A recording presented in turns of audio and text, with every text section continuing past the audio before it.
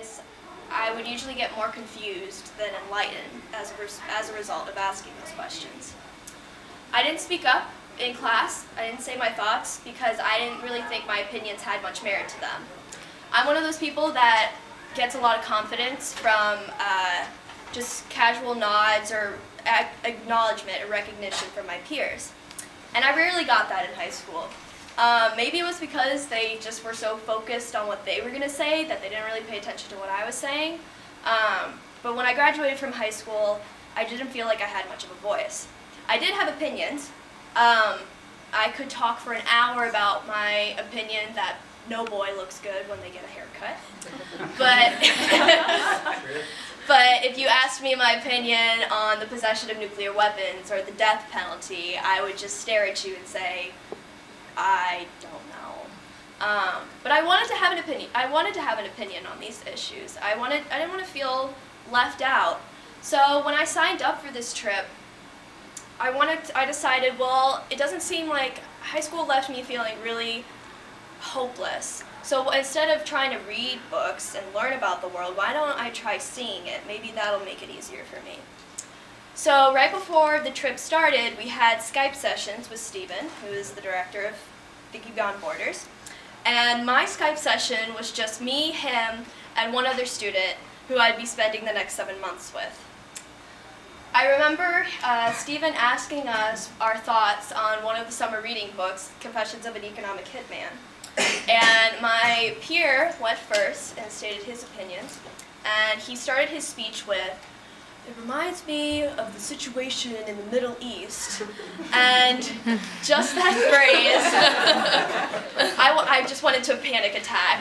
This kid obviously knew more about the world, about development, and I automatically started making all these conclusions of, what if everyone else in the group thinks the way he does, and everyone's going to know everything about development in the world, and I'm just going to be the one who's 5 steps behind. And so when Stephen turned to me and then asked my opinions, I lied and said that I had not read the book yet. And then when the trip finally began in Ecuador, we had our first seminar, which was "What is Development?" This question would come up a lot, and when I first looked at that question, it was in big block letters on the whiteboard, and I looked at it, and I thought, oh crap. I had no idea what development was. I didn't know where it began, I didn't know where it ended, I didn't know what goes on in the middle. But then all of a sudden I start hearing people raise their hands and just throw out all these ideas of what they thought development was. And I'm just sitting in my chair getting more anxious because I had no idea. I wanted to contribute, but I didn't even know where to start. And I was thinking, how on earth am I going to catch up to speed with everyone else?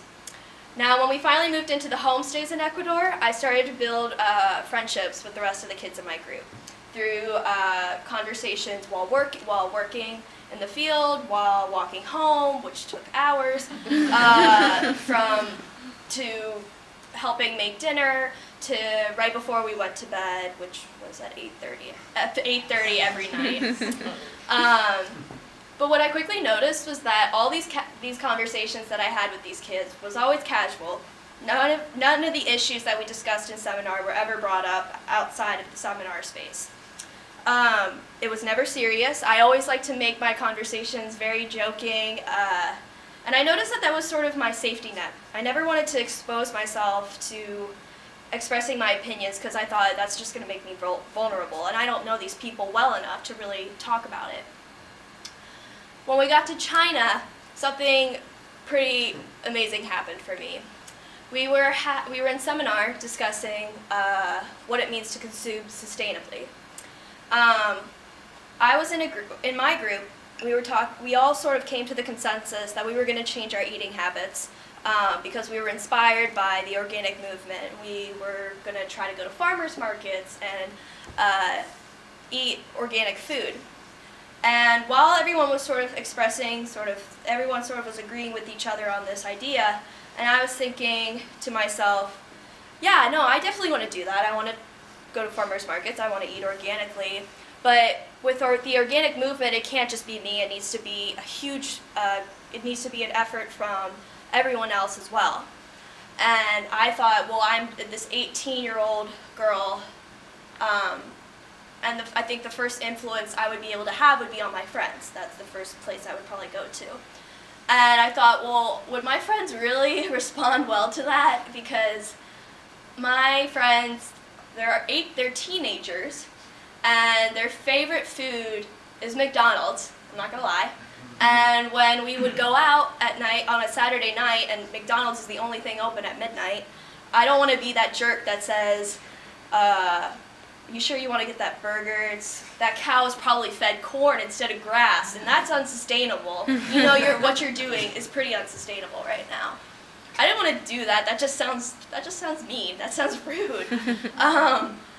And so I contemplated this for a while, and there was a voice in the back of my head saying, you know, speak up. You obviously seem to know how you feel about this.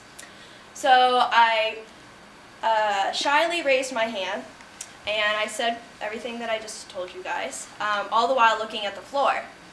And when I finished my comment, I looked up and I looked around the room, and everyone was nodding.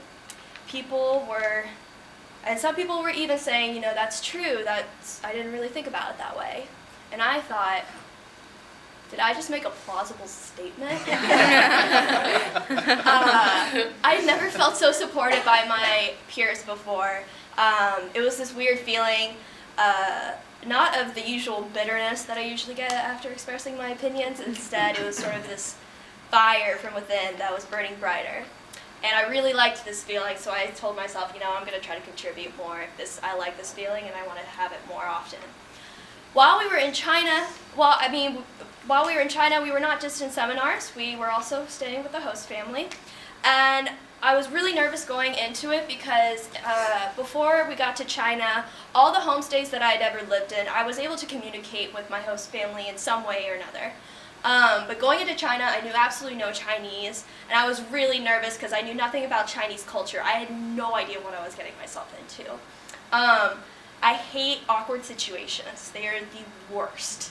And I thought that I was going to look stupid if I tried to communicate with my host family because I didn't know how to even start to begin a conversation with them. But thankfully, I had my roommate Teray, who helped me we sort of worked together to figure out how to bridge this language barrier.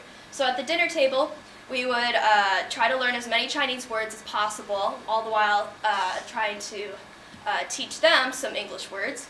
But for some reason, the only word that they retained was, "Oh my God," which is what Teray would say constantly. And I knew that we eventually got down this system of hand gestures instead of communicating in order to communicate with our host dad. And I knew that it was effective when, towards the end of our homestay, I was able to relay the message. Teray is going to the cultural center to work on her project. Now she is running and she'll be back at 4 by doing this.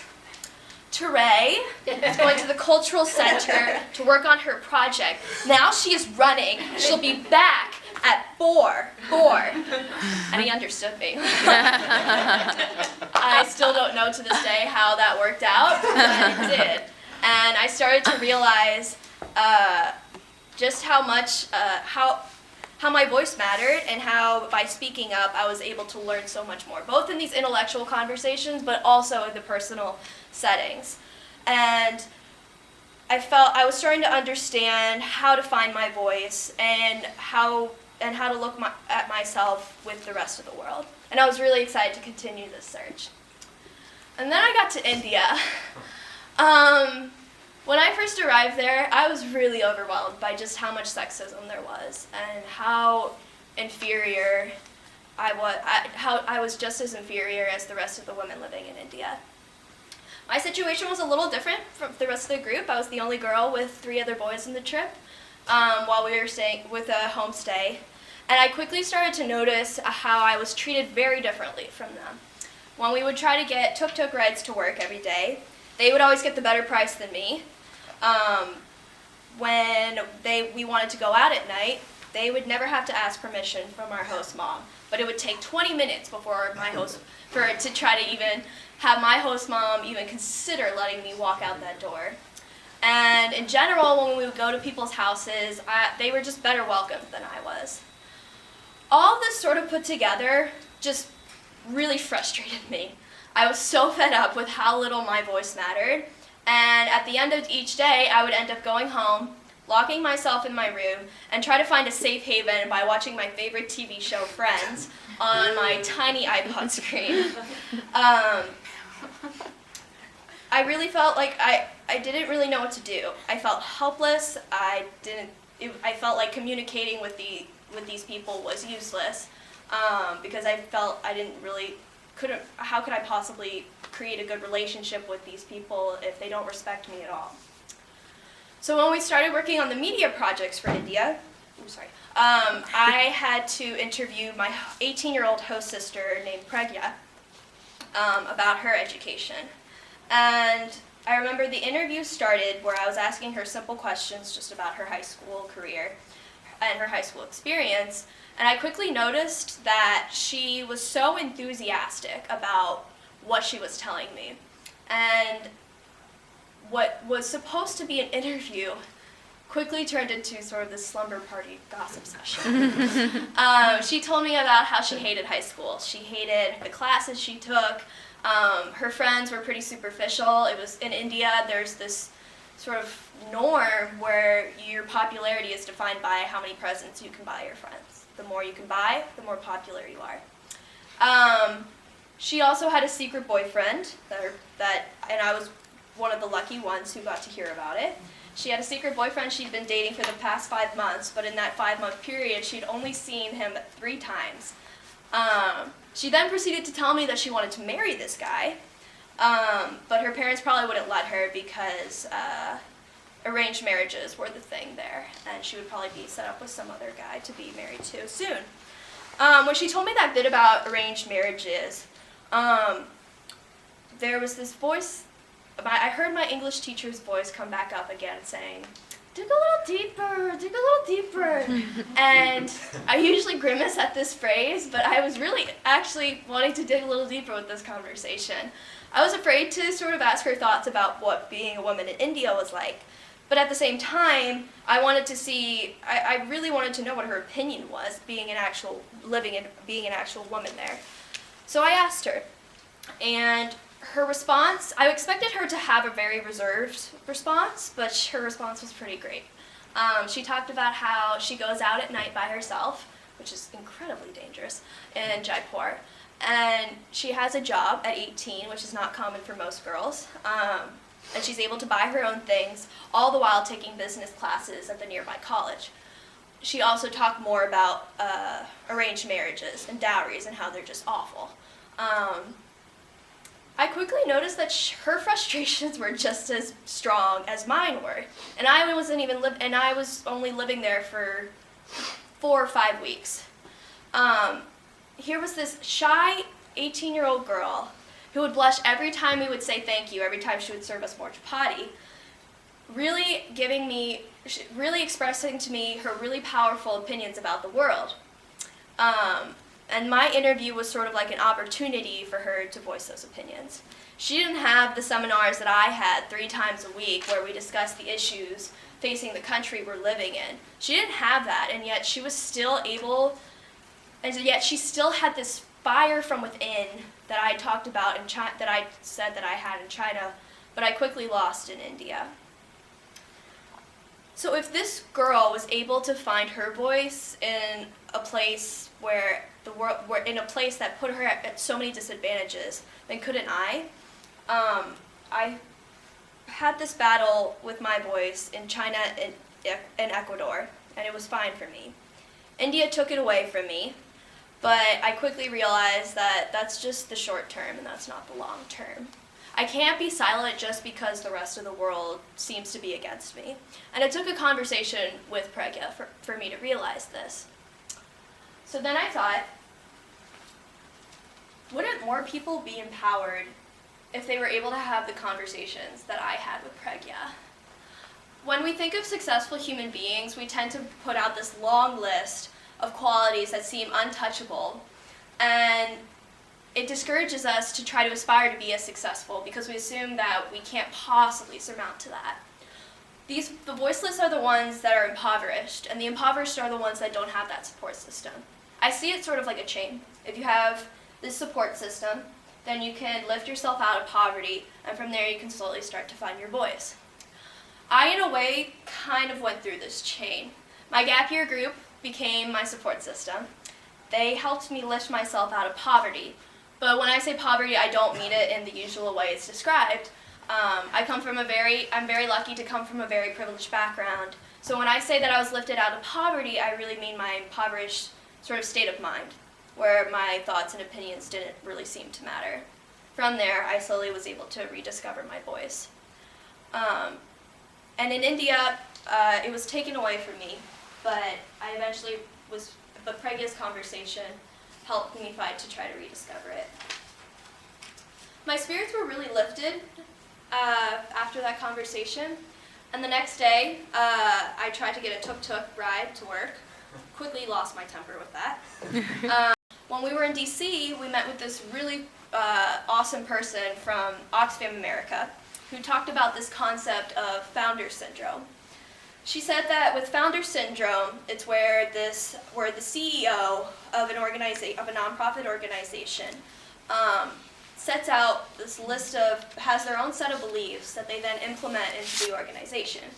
But when changes need to be made, because the world changes, so does the organization, the CEO then sort of falls back on those beliefs and because the organization becomes sort of their baby, they try not to make any changes, and this hinders improvement. We need to make sure that these large NGOs are flexible to alternative ideas. If third world countries had more empowered people, then these people could have more of a say in the legislation of their country. They could then be incorporated into the decisions of the large NGOs. In my opinion, I really formed this belief that all stakeholders of the large NGOs' decisions need to be represented in this decision-making process. I can't say that I've changed completely. I still feel awkward making small talk with people who I don't really know that well. I tend to retreat into my thoughts sometimes during intellectual discussions because I still have this thought in the back of my mind, voice in the back of my mind trying to tell me to not speak up because I will sound stupid. But then I thought maybe that's not a bad thing. I mean, I really shouldn't be saying everything that comes into my head. But I definitely don't feel powerless anymore. I've met some pretty remarkable people on this trip, and each of them have inspired me to speak up more, to not feel ashamed of my opinions. I've really learned to appreciate communication, not only for myself, but for the rest of the world. If I can really be empowered to speak up about my opinions, I don't see how the rest of the voiceless can. Looking forward, I don't know what I'm going to become. I don't know what I'll become. I used to want to be a dancer because dancing was sort of my way of expressing myself, and it was the only way I really knew how to express myself. Now that I've discovered how to actually express myself with thoughts, I don't know what I'm going to become. I do know, though, that that after learning the effectiveness of communication, I'm not going to become a CEO. I will though. I might become a board member. But call me in 10 years and tell me if I've really become more open. If I haven't, I'll take another gap year. I'm more than happy to do it again. Thank you.